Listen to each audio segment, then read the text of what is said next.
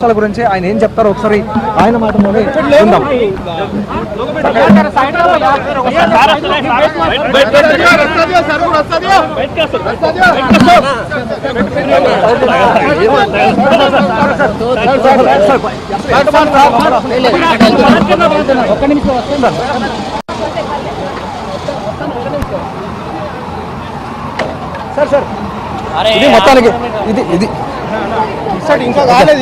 ఇది మొత్తానికి ఇది మొత్తం ఈ ఫైర్ ఎలా సంభవించింది, అసలు అగ్ని ప్రమాదం ఎలా సంభవించింది అంటూ కూడా మొత్తం సిపి సజ్జనర్ చుట్టూతో కూడా పరిశీలిస్తూ ఉన్నారు. బిల్డింగ్ సరౌండింగ్స్ అంతా కూడా పరిశీలిస్తూ ఉన్నారు. ఇంతకుముందు మనం అగ్ని ప్రమాదం సంభవించినటువంటి ప్రాంతానికి సిపి సజ్జనర్ వెళ్ళారు. ప్రస్తుతం ఒకసారి మనం విజువల్స్ కూడా చూడవచ్చు. ఇటువైపు నుంచి కూడా సెల్లార్ ప్రాంతంలోకి వెళ్ళడానికి ప్రధానంగా ఒక మార్గాన్ని కూడా ఇటు ఫైర్ సిబ్బంది ఏర్పాటు చేశారు. ఎందుకంటే ఒకవైపు నుంచి రెస్క్యూ చేయడం లేకపోతే మంటల్ని అదుపు చేయడం కష్టసాధ్యంగా మారినటువంటి సందర్భంలో ఇటు బిల్డింగ్కు ఎడమ వైపు కూడాను ప్రత్యేకంగా ఒక మార్గం చేసి ఇక్కడ ఉన్నటువంటి రేకులను తొలగించి ఆ తర్వాత లోపలికి మంటలను ఆర్పేటటువంటి ప్రయత్నం అయితే చేస్తూ ఉన్నారు. మొత్తం లోపల ఉండేటటువంటి పొగను బయటకు పంపించేందుకు వీలుగా ఆ గ్లాస్ కూడా ఇప్పటికే బద్దలు కొడుతున్నటువంటి సందర్భం. సో ఏదేమైనప్పటికీ ఈ ప్రమాదంలో సుమారుగా ఇప్పటికే 6 చిక్కుకున్నట్టుగా ప్రస్తుతం సమాచారం అందుతుంది. కాబట్టి సో వారికి సంబంధించినటువంటి రెస్క్యూ ఒకవైపు కొనసాగుతుంటే మరొక వైపు మాత్రం ఈ దట్టంగా అలుముకున్నటువంటి పొగను క్లియర్ చేస్తేనే రెస్క్యూ ఆపరేషన్ కొంత తేలికయ్యేటటువంటి అవకాశం కనిపిస్తుంది.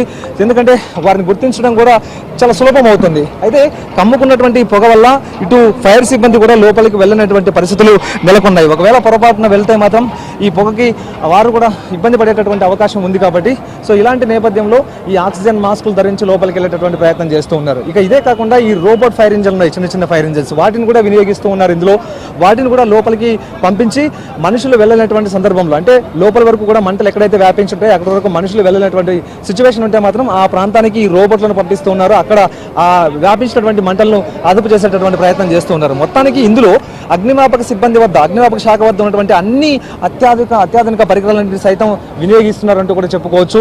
ప్రధానంగా ఇదంతా కూడా ఇరుకుగా ఉండడం, లోపలికి వెళ్ళేటటువంటి మార్గాలన్నీ కూడా చాలా ఇరుకుగా ఉండడంతో కొంత రెస్క్యూ ఆపరేషన్ కష్టమైంది. మరొకవైపు మంటలను ఆర్పడం కూడా చాలా కష్టంగా మారిందంటూ కూడా చెప్పుకోవచ్చు. సో మొత్తానికి మాత్రం సెల్లార్లో ప్రారంభమైనటువంటి ఈ మంటలు అంతకంతకు వ్యాపించి మొదటి అంతస్తు వరకు కూడా వ్యాపించాయి. సో ఇక ఈ దట్టమైనటువంటి పొగలు మరోవైపు వ్యాపించినటువంటి మంటల దాటికి లోపల ఉన్నవారు బయటికి రాలేక లోపలే సుమారుగా 6 మంది చిక్కుకున్నట్టుగా మనకు అందుతున్నటువంటి సమాచారం. శంకరి.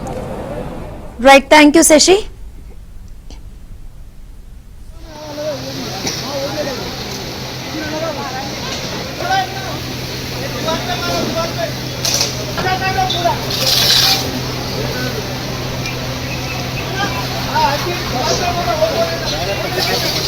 हमारे ऑफिस की गली में तो फिरते हुए बिल्डिंग में घोड़ा नहीं घोड़ा उधर क्या नहीं वो आगे रखो नहीं, गर्म हीट होगा ज़्यादा है. मैं जब से यहाँ लग रहा था मैं छोड़ दे के चले पूरा फर्नीचर को लगते ऊपर इसमें बिल्डिंग के अंदर घुसा अभी क्या रहे क्या आएगी वो बच्चे है.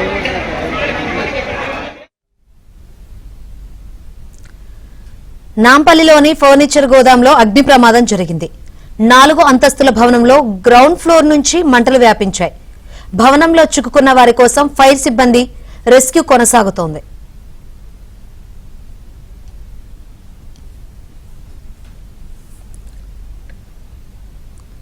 రైట్, ఘటనా స్థలికి సిపి సజ్జనార్ చేరుకున్నారు. అసలు ఈ ప్రమాదం ఎలా సంభవించింది ఏంటి అని ఆ పరిసరాల చుట్టూ తిరిగి అక్కడ పరిశీలిస్తున్న పరిస్థితులు అయితే కనిపిస్తుంది. దాన్ని మనం లైవ్ ద్వారా కూడా చూస్తున్నాము. అయితే మంటల్లో 6 చిక్కుకున్నట్లు కూడా తెలుస్తుంది. దాంట్లో చిన్నపిల్లలు ఉన్నారు, అదేవిధంగా ముసలివారు కూడా ఉన్నారు. అయితే ఎక్కువగా దట్టమైన పొగ అలుముకోవడంతో రెస్క్యూ చేసి లోపలికి వెళ్లాల్సిన పరిస్థితులు అయితే కనిపిస్తుంది.